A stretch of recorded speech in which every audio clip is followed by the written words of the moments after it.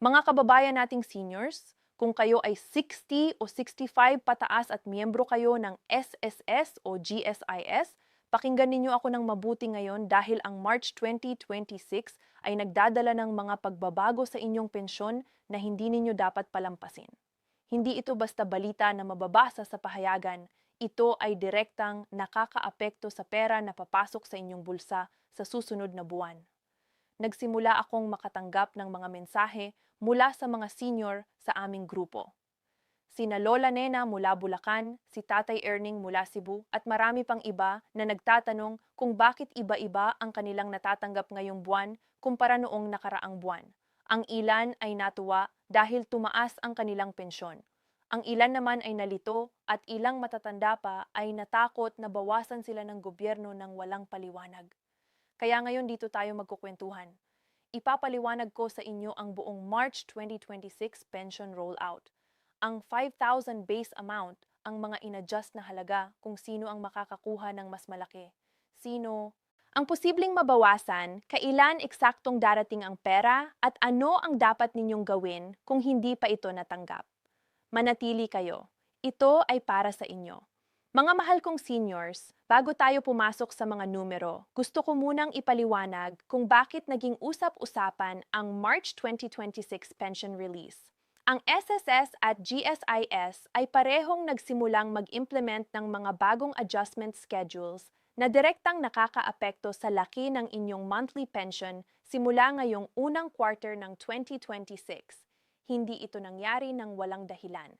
Ang mga adjustment na ito ay resulta ng ilang taon ng lobbying ng mga pensioners group kombinado ng mga rekomendasyon mula sa Commission on Audit at ng actuarial review ng SS Fund natapos noong huling bahagi ng 2025.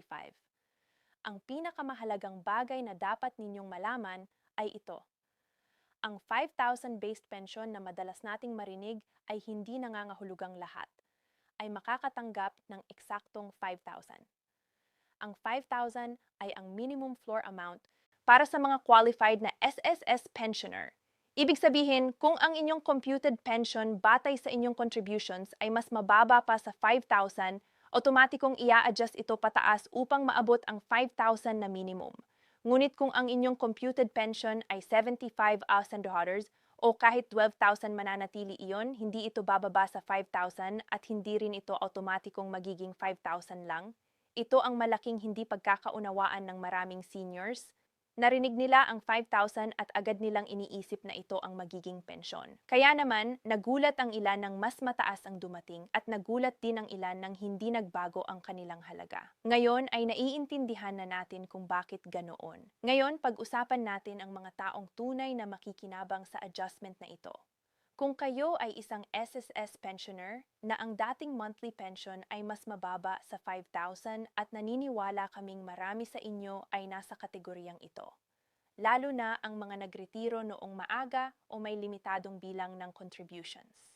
Kayo ang pinakadirektang makikinabang. Ang inyong pensyon ay ia-adjust pataas upang maabot ang 5,000 floor. At ang adjustment na ito ay dapat na makita sa inyong March 2026 disbursement. Higit pa rito, ang mga pensioner na may minimum of 120 monthly contributions at nagretiro sa pagitan ng edad 60 at 65 ay maaaring mag-qualify sa tinatawag na adjusted computation na isinagawa ng SSS batay sa latest average monthly salary credit data. Ibig sabihin, kung ang inyong recorded salary credits ay nagbago o na-update, mayroon kayong posibilidad na mas mataas ang inyong pension kaysa sa dati. Para sa ating mga GSIS pensioners naman, ang sitwasyon ay medyo naiiba. Ang GSIS ay meron itong sariling pension computation na nakabase sa years of service at average monthly compensation.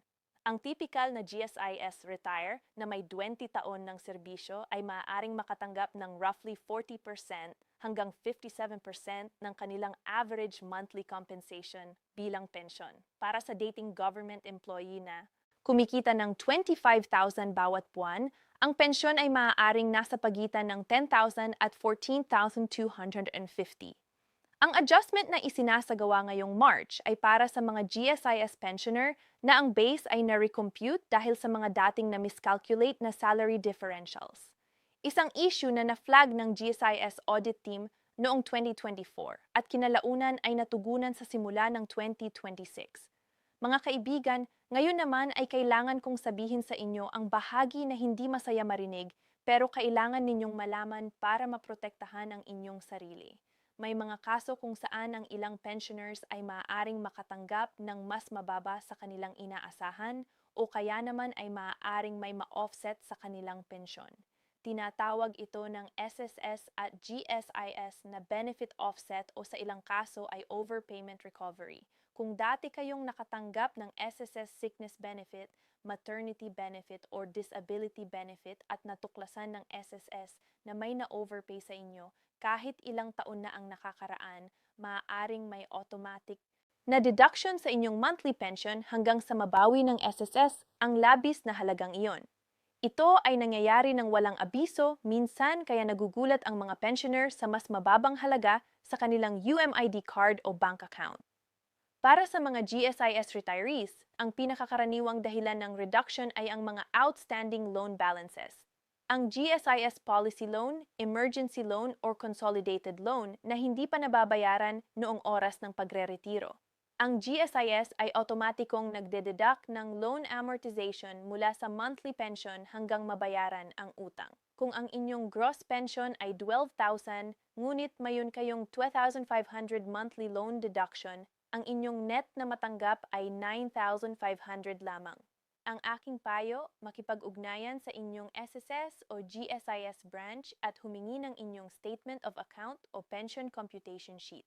Ang dokumentong ito ay nagpapakita ng lahat ng deductions at adjustments bago pa man ang inyong net pension. Ito ay libre at ito ang pinakamabisang paraan upang malaman kung may kinakaltas sa inyo ng hindi ninyo alam. Pag-usapan naman natin ang isa sa pinakamadalas na tanong. Kailan eksaktong darating ang March 2026 pension? Ang sagot ay depende sa inyong disbursement channel at sa huling digit ng inyong SSS o GSIS number. Para sa SSS pensioners na tumatanggap sa pamamagitan ng UMID card o Unified Multipurpose ID na nakalink sa PesoNet affiliated banks tulad ng Land Bank, DBP o BDO. Ang release ay karaniwang sumusunod sa disbursement schedule. Batay sa inyong SSS number, ang mga nagtatapos sa 1 at 2 ay maaaring makatanggap sa unang linggo ng buwan. Ang mga nagtatapos sa 3 at ay sa ikalawang linggo. Ang mga nagtatapos sa yaring makatanggap sa ikatlo o ikaapat na linggo ng Marso. Para sa mga GSIS pensioners na gumagamit ng GSIS e-card na nakalink sa Land Bank, ang disbursement ay karaniwang mas consistent. Nagsisimula sa unang araw ng buwan para sa mga pensioner na walang pending documents or issues. Ngunit kung may na-flag na adjustment sa inyong account, tulad ng salary differential recomputation na nabanggit natin kanina, maaaring ma-delay ng 1 hanggang 2 linggo ang inyong pension habang pinoproseso ng GSIS ang adjustment. Ang aking rekomendasyon, huwag magpanik kung hindi dumating ang pera sa unang araw ng Marso. Bigyan ninyo ito ng hanggang ika-15 ng buwan. Kung pagdating ng ika-15 ay wala pa rin, iyon na ang oras para tumawag o pumunta sa pinakamalapit na SSS o GSIS branch. Mga mahal kong seniors, isa sa mga bagay na hindi karaniwang ipinapaliwanag ng mga ahente sa inyo ay ang mga karagdagang benepisyo na may karapatang matanggap ng mga pensioner bukod sa basic monthly pension. Pag-usapan natin ang ilan sa mga pinakamahalagang ito. Una, ang 13th month pension. Ito ay katumbas ng inyong basic monthly pension at binibigay tuwing Nobyembre bilang paghahanda para sa Pasko. Hindi ito automatic na iintindihan ng lahat. Maraming seniors ang hindi alam na may karapatan sila. Dito ngunit ito ay mandatory para sa lahat ng qualified pensioners ng SSS at GSIS. Pangalawa, ang death benefit para sa inyong mga pamilya. Kung sakaling pumanaw kayo, ang inyong mga beneficiaries, asawa, anak o magulang ay may karapatang makatanggap ng funeral benefit na hanggang 20,000 mula sa SSS. At para sa GSIS ay maaaring umabot ng 30,000 ang funeral benefit kasama ang survivorship pension para sa inyong asawa. Siguraduhin ninyong updated ang inyong beneficiary record sa SSS at GSIS. Ito ang pinakamadaling bagay na maaari ninyong gawin ngayon para maprotektahan ang inyong pamilya. Pangatlo, ang SSS Pension Loan Program. Para sa mga SSS retires na may urgent financial needs, Ang SSS ay mayroon itong pension loan na maaari kayong mag-apply ng halaga na katumbas ng 3 hanggang 6 na buwang pensyon na babayaran sa loob ng 2 taon. Ang interest ay mas mababa kaysa sa karamihan ng bangko at ang bayad ay automatikong idinedent mula sa inyong monthly pension, kaya walang bangko, walang guarantor, walang collateral. Isang importante pang tanong na madalas itanong ng mga seniors, kailangan ba nilang magbayad ng income tax sa kanilang pensyon? Ang magandang balita ay para sa karamihan ng Filipino seniors. Ang sagot ay hindi. Sa ilalim ng Republic Act 2963 o ang Train Law at sa mga kasunod na batas na nagbibigay ng tax exemption sa retirement benefits, ang mga pensyon mula sa SSS at GSIS ay hindi kasama sa taxable income ng mga retires. Ibig sabihin, ang inyong buong monthly pension, maging ito man ay 5,000, 10,000 o 15,000, ay hindi na kailangang isama sa inyong income tax return. Ngunit may isang mahalagang exception. Kung kayo ay nagre-retire mula sa isang private company at nakatanggap ng retirement pay mula sa inyong employer, bukod sa inyong SSS pension, ang tax treatment ay maaaring mas komplikado depende sa inyong edad at taon ng serbisyo. Para sa ganitong sitwasyon, inirerekomenda ko na kumonsulta sa isang licensed tax consultant o sa BIR para masiguro na tama ang inyong pag-file. Mga kaibigan, alam ko na para sa marami sa atin, ang pagpunta sa SSS o GSIS office ay isang nakakapagod at nakaka-frustrate na karanasan. Mahaba ang pila, mainit ang panahon, at madalas ay umuuwi tayo ng walang malinaw na sagot. Kaya naman gusto ko kayong bigyan ng ilang practical na tips para gawing mas madali ang inyong susunod na pagbisita. Una, lagi kayong magdala ng 3 kopya ng lahat ng inyong dokumento. Valid ID, pension card, bank details at anumang sulat o notice na natanggap ninyo mula sa SSS o GSIS.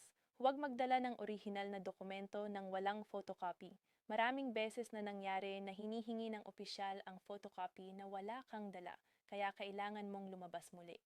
Pangalawa, gamitin ang SSS mobile app GSIS e-Services portal bago pa man pumunta sa opisina. Sa pamamagitan ng mga online tools na ito, maaari ninyong tingnan ang inyong contribution records, pension, computation at loan balances nang hindi na kailangang pumasok sa opisina. Mas maraming issue ang maaari ninyong ayusin online kaysa sa inaakala ninyo. Pangatlo, kung kailangan ninyong pumunta sa opisina, pumunta ng maaga bago mag-auto ng umaga, kung maaari at magdala ng merienda at tubig, maging maawain sa inyong sarili at sa inyong katawan. Kung may kasama kayong mas batang miyembro ng pamilya na maaaring tumulong, dalhin ninyo sila. Para sa ating panghuling segment ngayon, pag-usapan natin ang estratehiya kung paano ninyo maaaring ma-maximize ang bawat pisong papasok mula sa inyong pensyon. Una, kung hindi pa kayo nagre-retire at maaari kayong mag-defer, ibig sabihin maaari kayong mag-antay bago mag-claim ng inyong SSS pension. Dapat ninyong malaman na ang bawat taon na inadelay ninyo ang inyong retirement claim pagkatapos ng edad 60 hanggang 65 ay nagbibigay sa inyo ng mas mataas na computed pension. Ito ay dahil ang inyong contribution record ay mas matagal at ang SSS formula ay mas mapabor sa inyo. Kung ang inyong kalusugan ay maganda at kaya ninyong magtrabaho ng kaunti pa, ang pagdeferal ay maaaring magdulot ng piso bawat buwan sa dagdag na pensyon para sa natitira ninyong buhay. Pangalawa, para sa mga may asawa. Mahalaga na magkasamang magplano ang mag-asawa kung sino ang magkiklaim ng pensyon muna at kung paano ang survivorship planning. Kung ang asawa ninyo ay mas bata at mas mahabang buhay sa pangkalahatan, siguraduhin na ang inyong beneficiary designation ay updated at malinaw para hindi mahirapan ang inyong pamilya sa pagkuha ng survivorship benefits pagdating ng panahon. Pangatlo, huwag hayaan ang inyong pensyon na matulog sa isang mababang interest savings account. Kahit ang simpleng time deposit o money market placement sa inyong land bank o DBP account ay nagbibigay ng mas mataas na interest kaysa sa regular savings. Ang maliliit na hakbang na ito ay nagdadagdag ng ilang libo bawat taon sa inyong retirement income nang walang karagdagang panganib. Mga kababayan, bago tayo magtapos ngayon, gusto ko lang sabihin sa inyo na ang inyong pensyon ay hindi lang isang teke o isang numero sa inyong humid card. Ito ay ang bunga ng inyong mga taon ng pagsisikap, ng inyong pagbabayad ng kontribusyon, ng inyong serbisyo sa bansa at sa inyong pamilya. Kayo ay may karapatang malaman kung magkano ang tamang matanggap ninyo, kung kailan ito darating, at kung paano ninyo ito maaaring gamitin ng matalino. Ang March 2026 Pension Rollout ay isang mahalagang pagkakataon para sa inyo na suriin ang inyong records, kausapin ang inyong SSS o GSIS branch at tiyakin na wala kayong namimiss na pera. Huwag hayaan ng kahihiyan o pagod na makahadlang sa inyo mula sa pagtatanong. Ang inyong mga katanungan ay lehitimo. Ang inyong mga karapatan ay totoo. Kung nakatulong sa inyo ang video na ito, ibahagi ninyo ito sa inyong mga kaibigan at kamag-anak na seniors. Maraming matatanda ang hindi pa nakakaalam ng mga importanteng bagay na pinag-usapan natin ngayon. Kayo ang pinakamabisang paraan para makarating ang tamang impormasyon sa mga taong kailangan nito. Salamat po inyong pakikinig, ingat lagi, alagaan ang inyong kalusugan at hanggang sa muli nating pagkikita. Ja!